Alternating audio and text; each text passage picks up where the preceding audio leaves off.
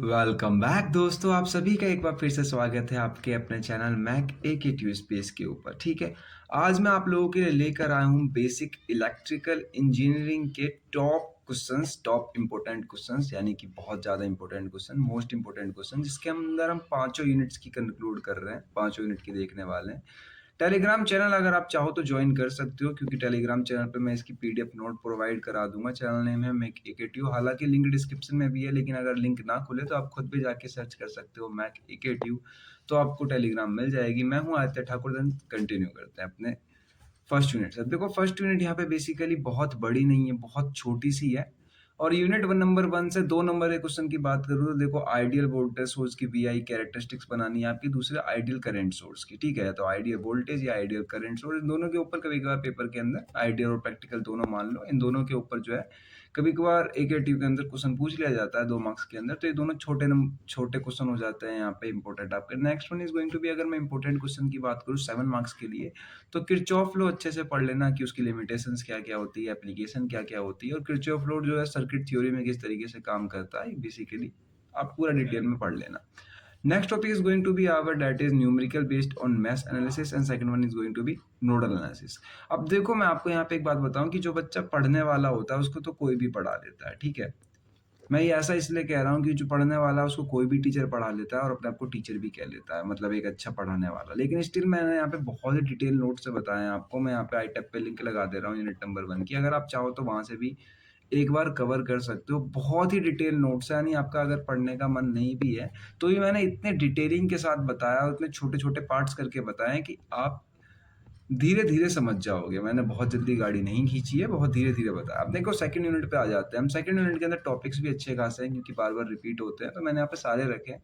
अब इनमें से जो सुपर इंपोर्टेंट होंगे मैं आपको बता दूंगा, क्योंकि मैंने यहाँ पे सारे रख रखे हैं। देखो, पहला आता है कि डेरिवेशन है आपका एक्सप्रेशन एवरेज वैल्यू और RMS वैल्यू के बीच में साइनोसॉइडल वेव जो होती है हमारी AC वोल्टेज के अंदर, तो ये इंपॉर्टेंट क्वेश्चन है। दूसरा डेरिवेशन एक और निकल के आता है। डेरिवेशन तो देखो सारे इंपॉर्टेंट है, आपके ऊपर डिपेंड करता है कि आप पेपर के अंदर जो है कौन सा डेरिवेशन आ रहा है। ठीक है, डेरिवेशन है आपका इम्पीडेंस, करंट और पावर फैक्टर का। छोटे छोटे डेरिवेशन है यहाँ पे, छोटे छोटे, मतलब इन सबको जोड़ के कभी कभार पूरा एक मिला के AC वोल्टेज के लिए वेक्टर डायग्राम बनाने को आपको आ जाता है। ठीक है, लेकिन इससे भी ज्यादा इंपॉर्टेंट सेकंड वाला उतना इंपॉर्टेंट नहीं है। Third is going to be explain resonance in series, और दूसरा पैरेलल। ठीक है, आप दोनों पढ़ लेना, सीरीज में भी पढ़ लेना और पैरेलल में भी पढ़ लेना। इसकी डेरिवेशन फ्रीक्वेंसी दोनों देख लेना आप, यहाँ पे डायग्राम की फ्रीक्वेंसी जो होती है। अब देखो, next one is going to be derivation है आपका रेजोनेंस फ्रीक्वेंसी के लिए, जिसके अंदर आप उसकी प्रॉपर्टीज लिख रहे होंगे। ठीक है, तो ये क्वेश्चन भी इंपॉर्टेंट है। इसके आगे चलते हैं तो derivation the expression of bandwidth. देखो, बैंडविड्थ जो है ना, ये उतना इंपॉर्टेंट नहीं है, लेकिन जब पेपर टफ बनता है, मेरा बात नोटिस करना, जब पेपर एकदम उल्टा बनता है, इंपॉर्टेंट क्वेश्चन नहीं आते हैं, तब बैंडविड्थ का डायग्राम, मतलब बैंडविड्थ की डेरिवेशन आती है। तो अगर आप लोग अगर सोच के जा रहे हो कि तैयारी अच्छी है, तो फिर ये क्वेश्चन इंपॉर्टेंट नहीं है उतना। लेकिन अगर आपकी तैयारी अच्छी नहीं है तो एक बार पढ़ लेना, क्योंकि ये क्वेश्चन जब पेपर उल्टा बनता है तो पूछ लिया जाता है। Next is going to be, देखो, पैरेलल रेजोनेंस, जो मैंने बताया आपको कि सीरीज में पढ़ना है आपको, पैरेलल में पढ़ना है, तो इंपॉर्टेंट क्वेश्चन है। Next is going to be, देखो, RLC पैरेलल सर्किट में, इससे पहले आपने सीरीज सर्किट में पढ़ी। अब देखो, यहाँ पे 3 क्वेश्चन है जो कि बहुत ही ज्यादा सुपर इंपॉर्टेंट है। पहला आपका 3 फेज जो है बैलेंस सिस्टम होता है, करंट डेल्टा कनेक्शन जिसे कहते हैं, इसके बीच में रिलेशनशिप क्या होती है। Next is going to be relationship between phase voltage and balance star connection load, ये इंपॉर्टेंट क्वेश्चन है। लास्ट में ये कि लाइन एंड फेज वोल्टेज जो करंट बेस्ड होती है स्टार डेल्टा में कनेक्टेड सिस्टम में किस तरीके से होती है, इसके ऊपर न्यूमेरिकल्स। ठीक है, अब न्यूमेरिकल्स जिन बच्चों ने नहीं पढ़ा है वो स्किप कर सकते हैं। हालांकि इलेक्ट्रिकल एक ऐसा सब्जेक्ट है इसके अंदर न्यूमेरिकल स्किप करना थोड़ा सा ज्यादा रिस्की हो जाता है, लेकिन कोई बात नहीं, अब जब नहीं पढ़ा तो इतना टाइम भी नहीं है पढ़ने का, बट स्टिल अगर आप लोगों के पास टाइम हो तो अच्छे से पढ़ लेना। ठीक है, अब यूनिट नंबर 3 के ऊपर आते हैं। यूनिट नंबर 3 के अंदर बेसिकली आप ये क्वेश्चन पढ़ लेना, ये सुपर इंपॉर्टेंट है कि ट्रांसफॉर्मर क्या होते हैं, उसकी कंस्ट्रक्शन, उसकी वर्किंग, एडवांटेज, डिसएडवांटेज, ये सब कुछ, उसके थोड़े कोर के अंदर जो ट्रांसफॉर्मर के लॉसेस होते हैं, आप वो भी देख लेना। ठीक है, नेक्स्ट इज गोइंग टू भी, देखो कि सिंगल फेज ट्रांसफॉर्मर क्या होता है। बेसिकली जब आप ट्रांसफॉर्मर पढ़ोगे तो आपको ये क्वेश्चन अपने आप क्लियर हो जाएगा। नेक्स्ट इज गोइंग टू भी, देखो, लॉसेस, जो मैंने बताया, कभी कभार लॉसेस भी 7 मार्क्स में पूछ ली जाती है कि लॉसेस कितने प्रकार के होते हैं, क्या क्या होता है। अब देखो, अगर आपने ये तीनों क्वेश्चन पढ़ लिया तो वेल गुड। अब next is going to be super important question is going to be our that is efficiency of transformer का डेरिवेशन। ठीक है, मैक्सिमम एफिशिएंसी हम कितने निकाल सकते हैं, तो ये भी एक इंपॉर्टेंट क्वेश्चन है। ठीक है, तो ये भी पढ़ लेना। देखो, यूनिट नंबर 3 के अंदर आपने मोस्ट ऑफ द सारे क्वेश्चन कंप्लीट कर दिए हैं। यहाँ पे कुछ बचे हुए क्वेश्चन आते हैं कि voltage regulation single phase transformer की किस तरीके से होती है, या फिर आपको जो है इक्विवेलेंट सर्किट डायग्राम बनाने को दे दिया जाएगा एक पूरे के पूरे ट्रांसफार्मर। कभी कभार क्वेश्चन आता है यहाँ पर सर बाद बाकी जो है ट्रांसफार्मर की एफिशिएंसी के ऊपर जो न्यूमेरिकल है वो तो आते ही आता है, ये इंपॉर्टेंट क्वेश्चन है। न्यूमेरिकल देखो मैं बता दे रहा हूँ जोन जोन से इंपॉर्टेंट है। Nodal analysis, mesh analysis second chapter के अंदर आपकी उसके ऊपर ये जो है आपके इसके ऊपर four phase voltage current base के ऊपर जो न्यूमेरिकल बनते हैं सारे डिफरेंट डिफरेंट काइंड के उसके ऊपर है। एंड देन थर्ड चैप्टर के अंदर ट्रांसफार्मर की एफिशिएंसी के ऊपर। तो यहाँ से एक एक न्यूमेरिकल देखने को मिल जाएगा आपको।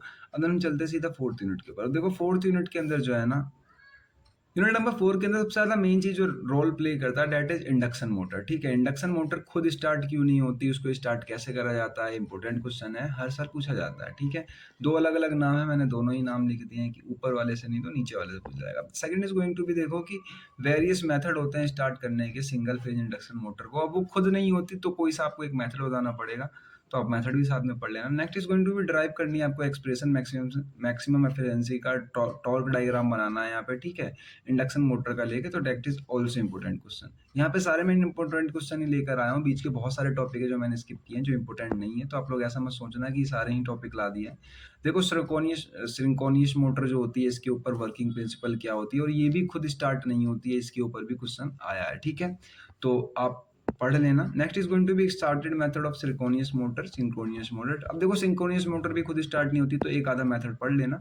कभी कभार क्या होता है कि स्टार्टेड मेथड के ऊपर ही क्वेश्चन आ जाता है। अब देखो प्रिंसिपल रोल क्या होता है थ्री फेज इंडक्शन मोटर का। इससे पहले अभी आपने क्या पढ़ा है, सिर्फ जो है सिंगल फेज इंडक्शन मोटर पढ़ा। अब यहाँ पर आपका आ गया three phase induction motor. Three phase induction motor के ऊपर न्यूमेरिकल्स पूछे जाते हैं। ठीक है, तो आप अगर न्यूमेरिकल पढ़ना चाहते हो तो इसके पढ़ लेना, ईएमएफ इक्वेशन के पढ़ लेना, टॉर्क इक्वेशन के पढ़ लेना। इसकी देखो एफिशिएंसी ड्राइव अगर न्यूमेरिकल नहीं पढ़ना है तो डेरिवेशन पढ़ लेना, क्योंकि डेरिवेशन इंपॉर्टेंट है ईएमएफ इक्वेशन की, टॉर्क इक्वेशन की। लेकिन अगर आपको न्यूमेरिकल पढ़ना तो आगे डेरिवेशन पढ़ने के बाद आप न्यूमेरिकल भी पढ़ सकते हो। ठीक है, आपके ऊपर चॉइस है, आपकी चॉइस है पूरी। Next is going to be draw the explain of characteristics of DC motor, जैसे कि सीरीज में लगा लो या शंट मोटर में लगा लो, इसके क्या क्या एप्लीकेशन होते हैं, छोटे छोटे क्वेश्चनों के टुकड़े बना के देते हैं।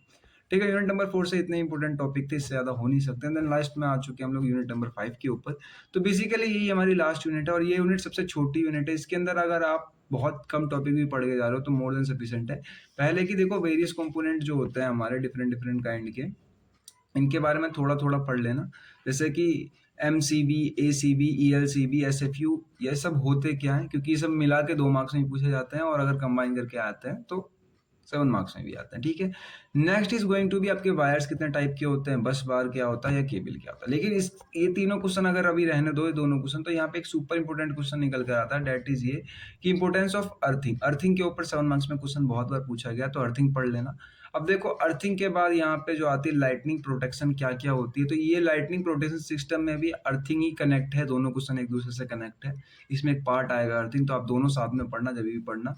अब next is going to be हमारे 2 क्वेश्चन यहाँ पे छोटे छोटे रह जाते हैं, डेट इज देखो importance characteristics of batteries. Batteries कितने प्रकार की होती है, आपने केमिस्ट्री में अच्छे से पढ़ा होगा, तो ये वही क्वेश्चन है same to same.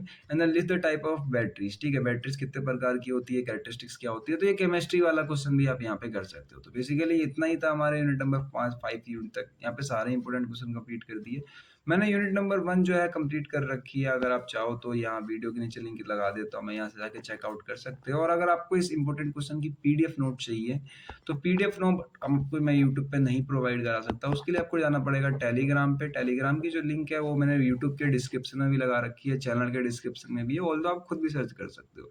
Thanks for watching, for paying attention.